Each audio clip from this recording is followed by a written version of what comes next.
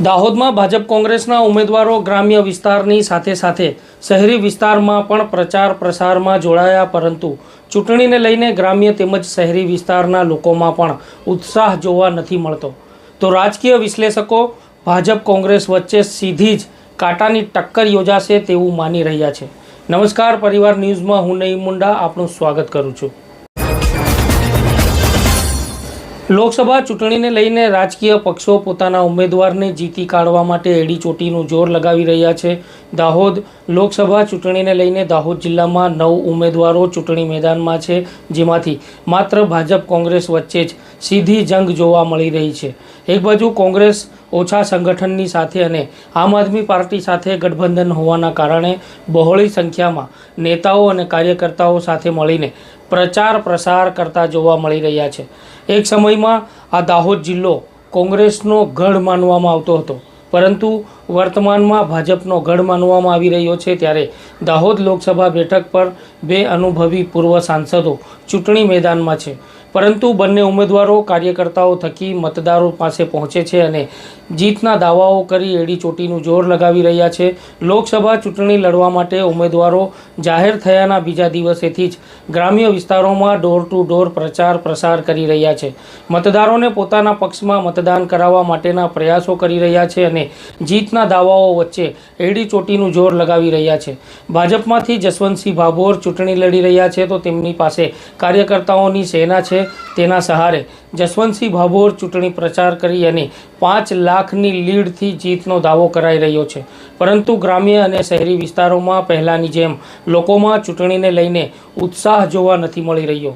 તો ભાજપના ઉમેદવાર જસવંતસિંહ ભાભોર ગ્રામ્ય વિસ્તારની સાથે સાથે હવે શહેરી વિસ્તારમાં પણ પ્રચાર માટે જોડાઈ ગયા છે. આમ તો શહેરમાં ઉમેદવાર વગર સ્થાનિક ધારાસભ્ય અને નેતાઓ લોકસભાની ચૂંટણીમાં પ્રચાર કરવામાં લાગેલા હતા, તો હવે ઉમેદવાર જસવંતસિંહ ભાભોર પણ શહેરી વિસ્તારોમાં રેલીઓ થકી પ્રચારમાં જોડાયા છે. જેમાં સોમવારની ઢળતી સાંજે ગોધરા રોડ વિસ્તારથી ભાજપના ઉમેદવાર જસવંતસિંહ ભાભોર દ્વારા પ્રચાર અર્થે રેલી કાઢી અને રસ્તામાં આવતા મંદિરોમાં પૂજા અર્ચના કરી ફરી પાછા મતદારોના શરણે પ્રચાર અર્થે જોડાયા હતા.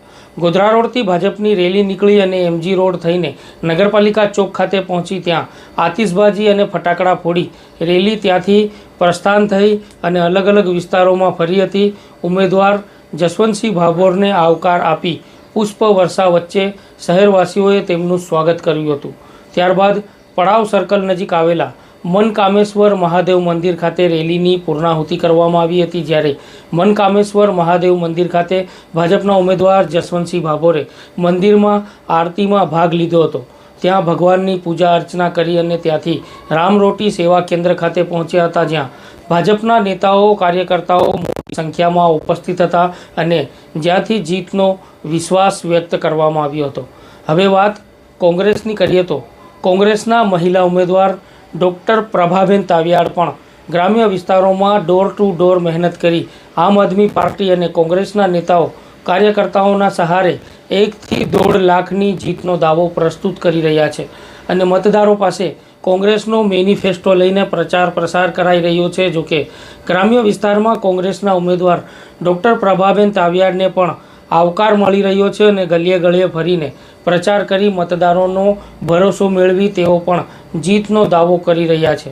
ત્યારે હવે તેઓ પણ ગ્રામ્ય વિસ્તારની સાથે સાથે શહેરી વિસ્તારમાં પ્રચાર પ્રસાર માટે આવી પહોંચ્યા છે. આમ તો કોંગ્રેસ અને આમ આદમી પાર્ટીના નેતાઓ કાર્યકર્તાઓ મતદારોના શરણે પહોંચતા હતા, ત્યારે હવે કોંગ્રેસના ઉમેદવાર ડૉક્ટર પ્રભાબેન તાવિયાડે દાહોદ શહેરના લઘુમતી વિસ્તારમાંથી પ્રચાર શરૂ કર્યો હતો. જેમાં પ્રભાબેન તાવિયાડ પ્રચાર કરવા માટે નીકળ્યા ત્યારે તેમના મેનિફેસ્ટોના સ્ટીકરો લગાવી 2 હાથ જોડી પોતાની તરફ મતદાન કરવા મતદારોને અપીલ કરતા જોવા મળ્યા હતા.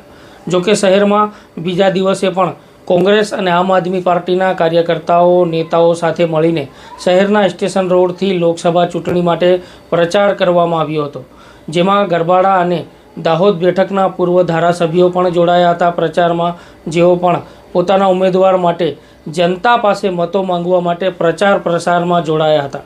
જોકે જિલ્લામાં કોંગ્રેસ નબળી પરિસ્થિતિ ધરાવે છે. કોંગ્રેસના સરપંચથી લઈને જિલ્લા પંચાયત સુધીના નેતાઓ કોંગ્રેસ છોડી ભાજપમાં જોડાઈ ગયા છે, પરંતુ કોંગ્રેસનું કહેવું છે કે નેતાઓ ભાજપમાં જોડાયા છે, કાર્યકર્તાઓ અમારી સાથે જ છે. તેમના સહારે અને આમ આદમી પાર્ટીના સહારે કોંગ્રેસ લોકસભા ચૂંટણી લડી રહી છે. કોણ હારે છે, કોણ જીતે છે તે કહેવું મુશ્કેલ લાગી રહ્યું છે. તેના માટે 4 જૂન સુધી રાહ જોવી પડશે.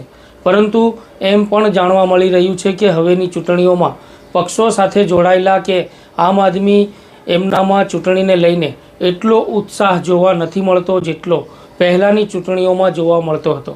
ખેર, એ જનતાના ફેસલા પર હોય છે, પરંતુ ભાજપ અને કોંગ્રેસ બંને જીત માટે એડી ચોટીનું જોર લગાવી રહ્યા છે. કહેવું મુશ્કેલ છે કે કોણ કયો ઉમેદવાર કેટલો તાકાતવર છે. જો કે આમ તો શહેરી વિસ્તારોમાં ભાજપની પકડ રહેતી હોય છે, પરંતુ લોકસભામાં બંને પાર્ટીઓના ઉમેદવારો વિચારી રહ્યા છે કે શહેરીજનો કોની સાથે જવાના છે. એક બાજુ ભાજપ 10 વર્ષથી સત્તારૂઢ છે, તો બીજી બાજુ કોંગ્રેસ સત્તામાં આવવા માટે પ્રયાસો કરી રહી છે.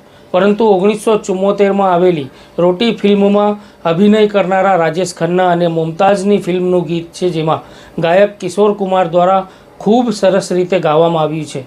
ये जो पब्लिक है ये सब जानती है, ये पब्लिक है. अजी अंदर क्या है, अजी बाहर क्या है, अंदर क्या है, बाहर क्या है, ये सब कुछ पहचानती है, ये जो पब्लिक है.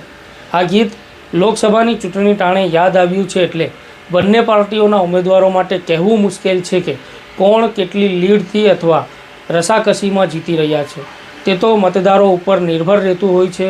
ભાજપ બૂથ પ્રમુખ, પેજ પ્રમુખ અને મજબૂત સંગઠન થકી જીતનો વિશ્વાસ વ્યક્ત કરી રહી છે, તો બીજી બાજુ કોંગ્રેસ પણ પોતાના સંગઠન અને બૂથ કાર્યકર્તા થકી પોતાના જીતના દાવાઓ કરી રહી છે. ત્યારે અન્ય પાર્ટીના 3 ઉમેદવારો અને 4 અપક્ષના ઉમેદવારો પોતાના વિસ્તાર પૂરતો જ પ્રચાર કરતા હોવાની માહિતી છે. ત્યારે 4 જૂનના રોજ જનતાનો ફેસલો કોની તરફ નીકળે છે તેના ઉપર સૌની મીટ મંડાયેલી રહેશે.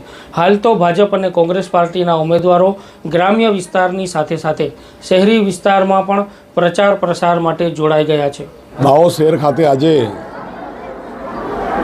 મુખ્ય બજારોની અંદર ભારતીય જનતા પાર્ટીના ઉમેદવાર તરીકે આજે બધાએ ખૂબ સ્વાગત કર્યું છે. અમારા ગામના નગરજનો, મહાજનો, વેપારીઓ, ભારતીય જનતા પાર્ટીના કાર્યકર્તાઓએ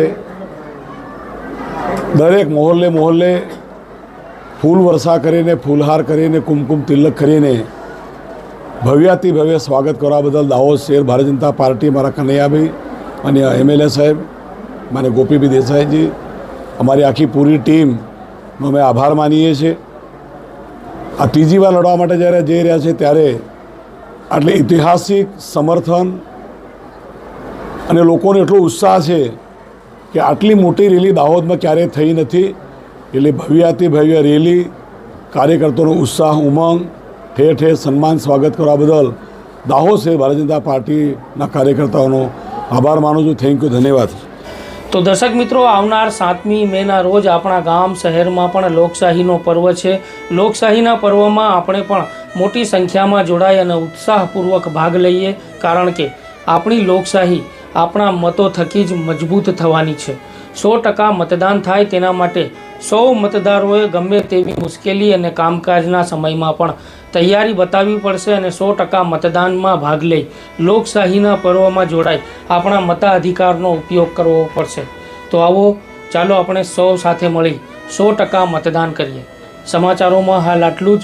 જો આપ અમને YouTube ઉપર જોઈ રહ્યા છો તો ત્યાં અમારી ચેનલને સબસ્ક્રાઈબ કરો, બેલ આઇકન ઓન કરી અમારી સાથે જોડાયેલા રહો, અથવા આપ અમને Facebook, Instagram ઉપર જોઈ રહ્યા છો તો ત્યાં અમારા સમાચારોને લાઈક કરો, અમારી ચેનલને ફોલો કરો અને આ વિડીયોને શેર કરો. ફરી મળીશું નવા સમાચારો સાથે. ધન્યવાદ.